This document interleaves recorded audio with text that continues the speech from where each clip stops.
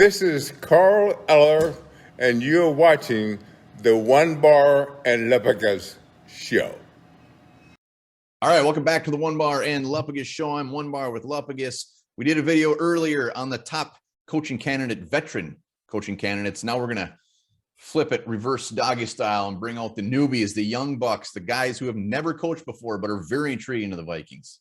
The young whippersnappers, it's the hot trend in the NFL. Get yourself a hot, young, offensive-minded coach, and you will win games. And you know what? These guys are winning games, so it's definitely the route the Minnesota Vikings could go with, whoever that GM is who's making this decision. And we got some names that I think we both like most of these names on here. Yeah, before we get into that, remember, subscribe to the channel, like the videos here every damn day, talking Minnesota Vikings. When we're talking young guys like this, it's always high risk, high reward. We've seen some guys come out and just do fantastic and some just damn near embarrassing. Absolutely. And let's talk about one who I think is probably the biggest risk reward of all this list. And that's offensive coordinator of Dallas Cowboys, Kellen Moore. I remember this guy when he came out of Boise State, that blue turf, blue jersey, hand the ball off to Ian Johnson, who was a former Viking. I wanted him in the draft then. He didn't really pan out as a quarterback in the NFL, but he's proven himself as a coordinator. Had the #1 ranked offense in the league for a while. I don't know if they finished like that or not, but I just like the way he used all his weapons. He didn't just focus on giving the ball to Elliott 30 times a game. He didn't just pass to Cooper a bunch. He didn't just pass to Lamb. He got Malik Turner involved. He got Cedric Wilson involved. He got Dalton Schultz involved. He used all of his weapons. Yes, he had a great O-line in front of him to work with, but this is a guy who knew what he had for weapons, found ways to get them all involved, and I like that about Kellen Moore quite a bit. Yeah, Kellen Moore, they had the #1 offense, #2 in passing, #9 in rushing, and he would be coming to a Vikings team that also has some very nice weapons as well. Justin Jefferson, Dalvin Cook, we all know the weapons there, but he would know how to use them. And like you said with him, he's probably the highest risk, highest reward, but he will be a hot and heavy name that teams will be going after. So Kellen Moore, it's definitely intriguing, but he scares the living shit out of me. He would need a coaching staff. He would need a fantastic defensive coordinator, a fantastic even offensive coordinator. I don't care if he's completely offensive minded, but he would need a very stable group of guys. Yeah, it reminds me when McVay came to the league and he hired who was that old dude with they always showed his face? He used to be the Texans coach, but he hired an established Johnson. Wade Phillips. I think if you're Kellen Moore, you hire yourself a defensive coordinator who's got some head coaching experience in the past, just to maybe learn from him and get some, have someone talking every day. That would be huge for Kellen Moore to go that route. Maybe get Kellen Moore here, hire Brian Flores as our defense coordinator. Oh my God.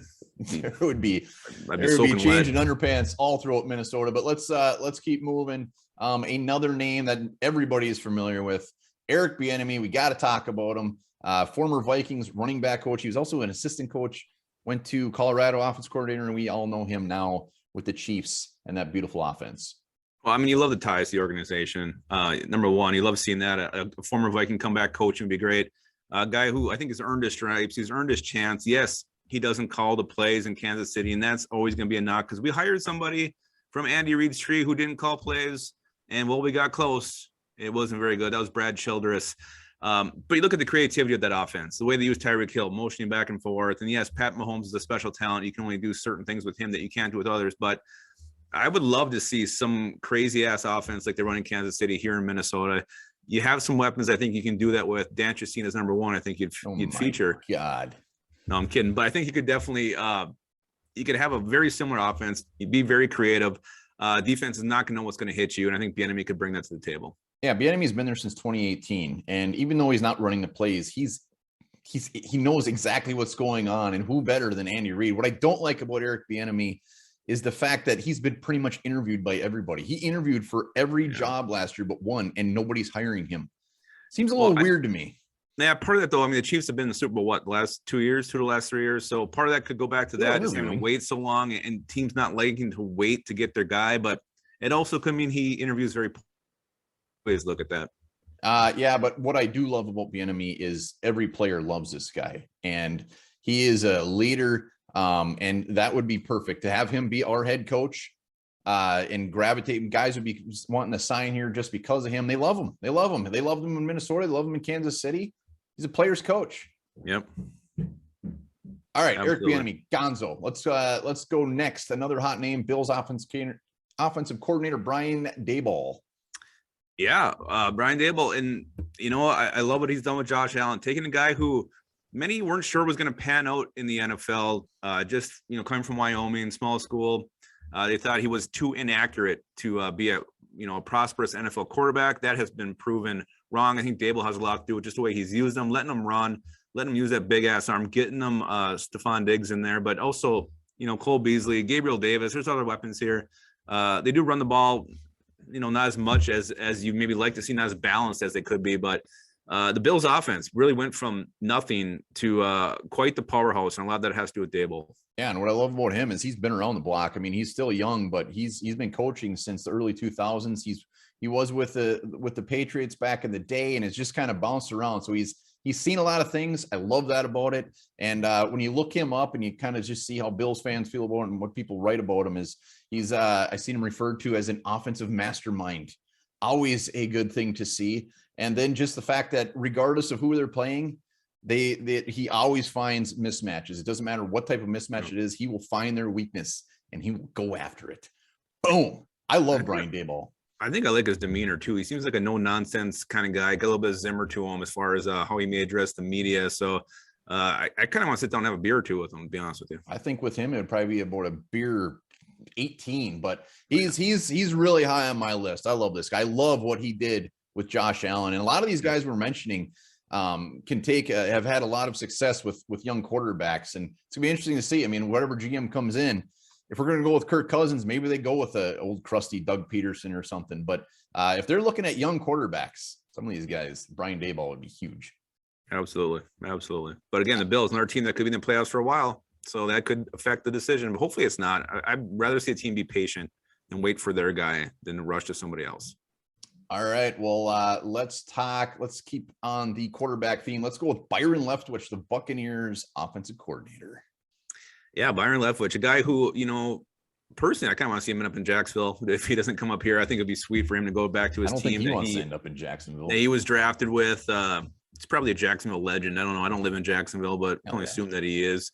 But yeah, I love what he's done with the Bucs offense. I know, yes, he has Tom Brady, and that says a lot. It says a ton, but I mean, he's got a lot of good weapons there too. But I mean, the Bucs have been not just defensively good, but they've been very, very strong on offense. That goes back to Leftwich, calling those plays, creating those plays, and yeah, he's got Tom Brady, but he's also developing what he wants to do and making it work. So I'd be excited for Byron Leftwich. Yeah, Byron Leftwich is one of those guys where even if you don't want him as a head coach, if he got hired, it's tough not to get excited about him. I mean, we watched this guy play quarterback for the Jags. Then he was a Steeler. I forgot he was a Steeler.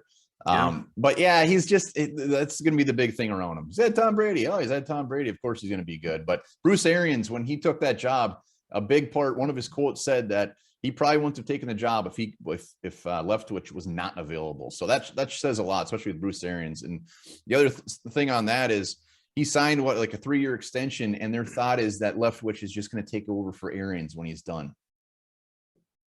Yeah. We'll see. But Byron Leftwich is very, very easily to get excited about. Back when he was with the Cardinals, he did well too. He was their interim offense coordinator.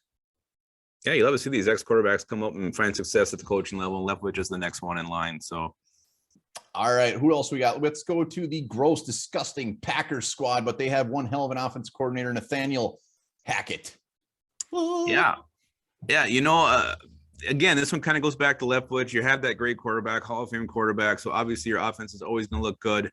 But again, Hackett, they also use in the ground game. They use Aaron Jones. They use A.J. Dillon. So it's not just let Aaron Rodgers do everything. And, I know it's Aaron Rodgers, but you got these receivers who I think if they're in a different scheme, different system, may not be as successful as they are. And I think that goes to the offensive coordinator, coaching them up, having them work on their routes. And so, yeah, Nathaniel Hackett, not very high on my list, probably the lowest on this list, but you steal someone from the Packers, all their secrets. So that is also an advantage of going with the Hackett route. Yeah, and Hackett, what I love about him is, yes, he's had Aaron Rodgers, but he's done exactly what he's supposed to do with Aaron Rodgers. Aaron Rodgers has been fantastic. But before that, he was the offense coordinator for the Jaguars. He took Blake Bortles and that team to the championship game. Yep. I mean, this guy should have a statue built of him. So he's taken shit and led them to very, very good places. So, and he's been around a while too. He's been around since 2006 when he's coaching with the Tampa Bay Bucks. He's been offense coordinator for a handful of teams. And like I said, if you take Blake Bortles to the championship game, I'm on board. Yeah, you know your shit. Absolutely know your shit. Again, of all the guys on this list, he's probably number 5 for me, but I would not be upset one bit. That's who we ended up with. Again, just for the extra chance to stick one of the Packers. All right, so that is our 5, right? Yeah, that's our 5. A couple other names, very hot names also. Joe Lombardi, the Chargers offensive coordinator, Mike McDaniel, the 49ers offensive coordinator, and Kevin O'Connell, the Rams OC, getting a lot of run, a lot of love, and those guys will definitely be in the mix as well. Yeah, it'll be exciting. I'm assuming the GM is going to come first, but once we start hearing these interviews being lined up, you'll be seeing our faces again, and we'll be talking with these guys a little more in depth. Oh, and we'll be talking GMs later today, by the way. Spoiler alert. Oh my God, I am spoiled. All right, well, before that, remember this: dogs are literally able to smell fear from our body odor.